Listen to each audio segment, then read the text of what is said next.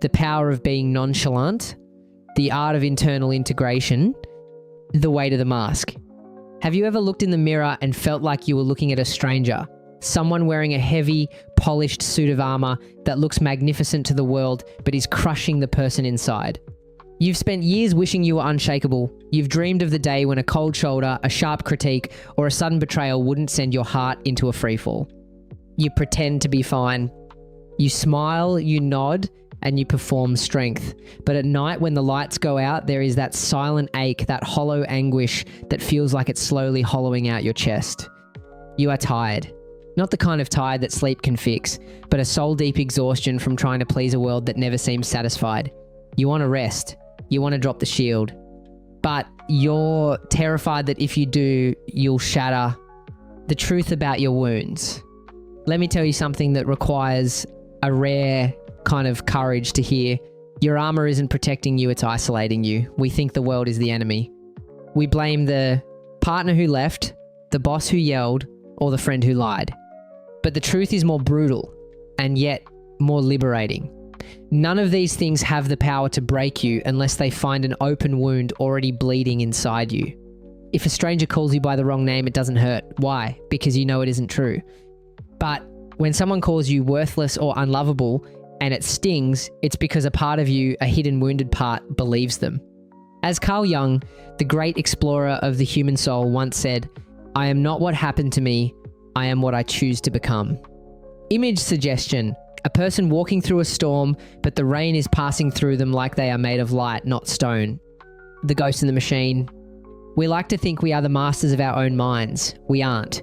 Most of us are living on autopilot, reacting to ghosts from our past.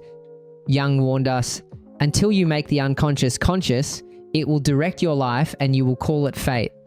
That sudden explosion of anger over a small mistake, that's not about the mistake. It's a scream from a childhood where you weren't allowed to fail. That paralyzing fear of rejection, that's a shadow from a time you were left behind. These aren't random glitches, they are messages. When you try to numb the pain, you don't kill the ghosts, you just give them a place to hide in the dark, and in the dark they grow. They turn into self-sabotage, toxic relationships, and a persistent sense of not being enough. The sacred invitations. We've been taught that suffering is a failure, a sign that we've lost the game. But what if pain is actually a messenger? Jung had a radical idea. He said, depression is like a woman in black. If she turns up, don't dodge her. Invite her in, give her a chair, treat her as a guest, and listen to what she has to say. True nonchalance, the kind that actually works, isn't about being cold, it's about being whole. It's the moment you stop running from yourself. It's the moment you say to your pain, I see you. I'm not going to hide you anymore. Image suggestion. A person sitting at a table sharing coffee with a dark, shadowy figure, looking at it with kindness instead of fear. Becoming unshakable. Becoming untouchable doesn't mean building a wall. It means becoming like the ocean. The surface may be violent and chaotic, but if you dive deep enough, there is a profound, unshakable silence. This is what Jung called individuation.